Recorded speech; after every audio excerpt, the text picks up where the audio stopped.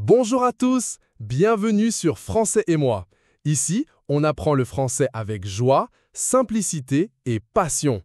Rejoignez-moi pour une aventure linguistique inoubliable. Votre français aventure starts here. L'histoire derrière Léonard de Vinci. Aujourd'hui, nous allons parler d'un homme extraordinaire, Léonard de Vinci. Il est connu comme un génie de la Renaissance, un peintre, un inventeur, un ingénieur et bien plus encore. Mais derrière ses œuvres célèbres comme La Joconde ou L'Homme de Vitruve, il y a des histoires moins connues, des luttes, des échecs et des moments de doute. Dans cet épisode, nous allons explorer son parcours, ses succès, ses échecs et les secrets de sa vie. Préparez-vous pour un voyage dans le temps. Les débuts de Léonard. Une enfance simple. Léonard de Vinci est né le 15 avril 1452 à Vinci, un petit village en Italie. Il était le fils illégitime d'un notaire, Messer Piero, et d'une paysanne, Caterina.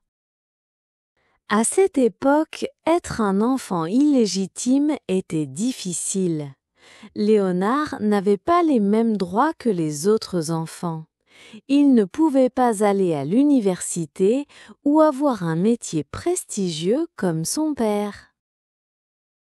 Mais dès son plus jeune âge, Léonard montrait un talent incroyable pour le dessin et la curiosité pour le monde. À 14 ans, son père a remarqué son talent et l'a envoyé à Florence pour apprendre l'art avec Andrea del Verrocchio, un grand artiste. Là, Léonard a appris à peindre, à sculpter et à travailler avec différents matériaux. Il était très curieux et voulait tout apprendre, l'anatomie, la nature, les machines. Mais il n'était pas toujours sérieux. Parfois, il ne finissait pas ses projets, ce qui frustrait ses maîtres. Les succès de Léonard. Un génie aux multiples talents. Léonard de Vinci est devenu une légende grâce à ses talents variés. Ses peintures, comme La Joconde, sont mondialement connues. Le sourire mystérieux de Mona Lisa fascine encore aujourd'hui. Les gens se demandent « Pourquoi sourit-elle ? Que cache son regard ?» Cette peinture, conservée au musée du Louvre à Paris, attire des millions de visiteurs chaque année. Mais Léonard n'a pas seulement peint des portraits, il a créé la scène, une fresque majestueuse à Milan qui montre Jésus et ses disciples lors de leur dernier repas. Cette œuvre est célèbre pour son réalisme et l'émotion qu'elle transmet. Chaque disciple a une expression unique et Léonard a travaillé dur pour capturer ces détails. En plus de l'art, Léonard était un inventeur visionnaire. Dans ses carnets, il a dessiné des machines incroyables, bien avant leur temps. Par exemple, il a imaginé un char d'assaut avec des roues et des canons, une sorte de tank moderne. Il a aussi dessiné un hélicoptère avec une hélice, une idée audacieuse pour une époque sans moteur. Il a conçu des ponts mobiles, des machines volantes et même un scaphandre pour marcher sous l'eau. Bien que beaucoup de ses inventions n'aient jamais été construites de son vivant, elles montrent sa capacité à penser différemment. Léonard travaillait souvent pour des personnes puissantes.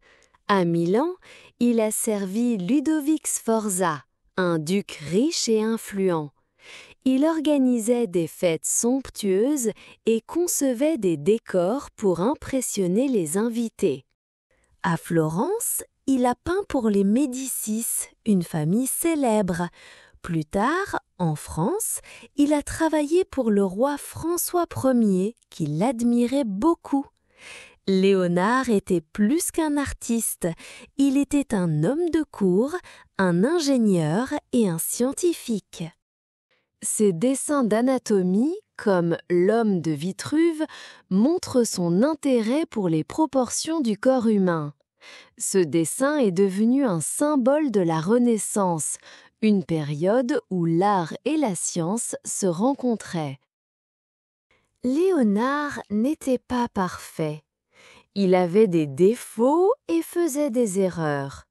Par exemple, il acceptait souvent trop de projets en même temps. Il promettait de faire des choses incroyables, mais il ne les finissait pas toujours. Un exemple célèbre est la statue équestre de Francesco Sforza, un duc de Milan. Léonard a passé des années à dessiner cette statue géante, mais il ne l'a jamais terminée. Cela a frustré ses patrons. Il avait aussi des moments de doute. Léonard écrivait dans ses carnets qu'il se sentait parfois inutile ou pas assez bon. Il était très curieux, mais cela le distrayait. Il commençait un projet, puis passait à autre chose.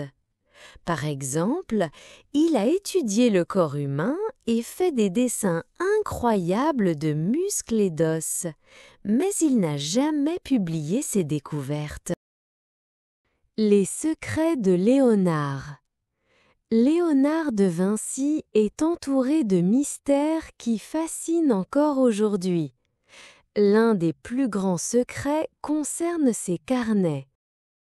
Il écrivait à l'envers, de droite à gauche, dans un style appelé écriture en miroir.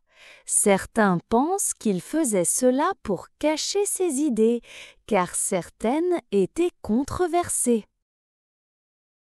Par exemple, il étudiait l'anatomie humaine en disséquant des corps, ce qui était interdit par l'Église à l'époque. Ses dessins d'organes, de muscles et d'os sont incroyablement précis, mais il les gardait secrets pour éviter des problèmes. Un autre mystère concerne sa vie personnelle. Léonard était très discret et ne parlait pas de ses sentiments. Il n'a jamais été marié et n'avait pas d'enfants. Certains historiens pensent qu'il était peut-être homosexuel, car il avait des relations proches avec certains de ses élèves, comme Salaï, un jeune homme qu'il a formé. À l'époque, l'homosexualité était illégale et dangereuse, alors Léonard devait être prudent. Ses carnets ne donnent pas de réponse claire, ce qui ajoute au mystère. Léonard avait aussi un côté excentrique. Il aimait les animaux et était végétarien, ce qui était rare à l'époque. On raconte qu'il achetait des oiseaux en cage pour les libérer. Il était fasciné par la nature et passait des heures à observer les plantes, les rivières et les montagnes. Ses dessins montrent une attention incroyable aux détails, comme les plumes d'un oiseau ou les vagues de l'eau. Ses passions montrent que Léonard voyait le monde différemment. Un autre secret concerne ses idées scientifiques. Léonard croyait que l'observation était la clé pour comprendre le monde. Il étudia les étoiles, les fossiles et même la géologie. Il a écrit que la Terre était beaucoup plus vieille que ce que l'Église enseignait.